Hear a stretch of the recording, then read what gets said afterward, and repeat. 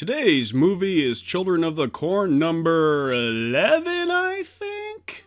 I'm not sure. I've read the short story by Stephen King, and I saw the original movie with Linda Hamilton, and that's it for me. If you think I'm going to watch all of these movies in preparation for this review, you are underestimating how short life is, my friend. The corn comes for us all in the end. So make the most of every moment. Wait, where is your worst movies of 2022 list, Steven?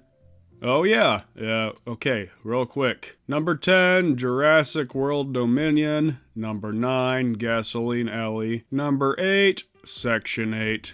Heh, funny how that one turned out. Number 7, Paradise City. Number 6, R.I.P.D. 2. Number 5, Vendetta. Number 4, Alien Shark. Number 3, A Man Called Otto. Number 2, Follower.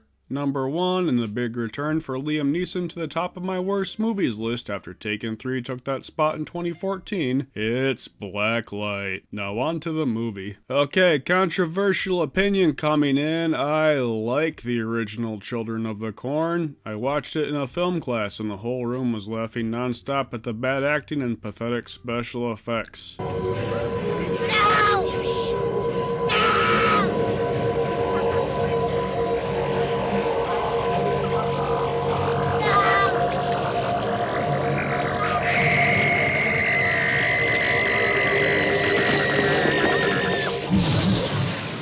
Murderous children can be disturbing if done right, but if handled poorly, it's pretty much the funniest thing imaginable. This one's up there with The Happening and the Wicker Man remake as one of those just unintentionally funny horror movies. So this new one is a kind of a prequel, kind of a reboot. It makes more changes to the original than the idiotic Pet Sematary remake did, so it's got that going for it. I remember that in the original movie, the corn-worshipping children had already taken over the town and killed all of the adults when Linda Hamilton and Peter Horton stumbled upon it. In this one, you get to see how it all began, so it's different enough. So the farming town of Rylestone, Nebraska is the setting for our movie, and it's not doing so well. The town brought this new pesticide or fertilizer or something from a shady company and ended up killing the corn and the town's economy with it. Now that sounds like a class action lawsuit to me, but the goofballs of Rylestone don't think of that. The federal government has agreed to write them a check for their economic woes, but on the condition that they don't grow corn ever again.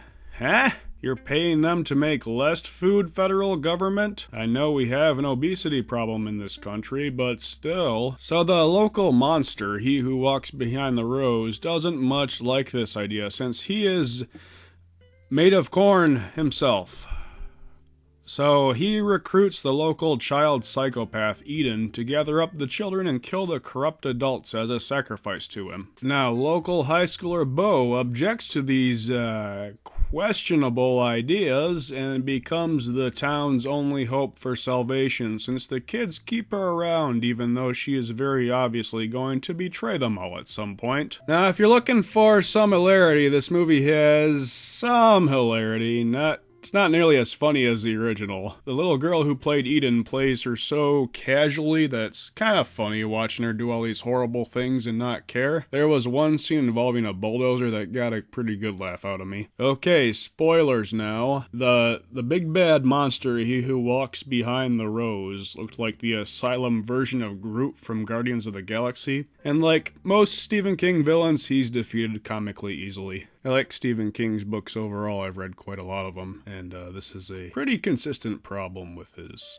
works. One of my favorites is Duma Key. The bad guy is like this little toy doll, and they fill up a flashlight full of water and put the doll in it, and that's how they beat the villain. Basically, the whole cornfield burns and Eden goes up with it. Bo stands around with the kids who have murdered like 20 people and they just kinda give up. I guess they're sorry now. Sorry for the murders, everybody. Let's just move on. After that, there's this ending stinger in which Bo walks around the empty, burnt-up field and Eden is back, only she's a corn monster now. She says, "No one really dies in the corn." And she kills Bo. Okay, first off though, there is no more corn. It all got burnt up. Second off, Bo's dad and the news reporter died in the corn too, so where are they? Overall, I didn't hate Children of the Corn 2023. It was a quick sit. It moved along at a fast pace. It's incredibly dumb, but not a torturous movie watching experience. I'll give it a 4 out of 10.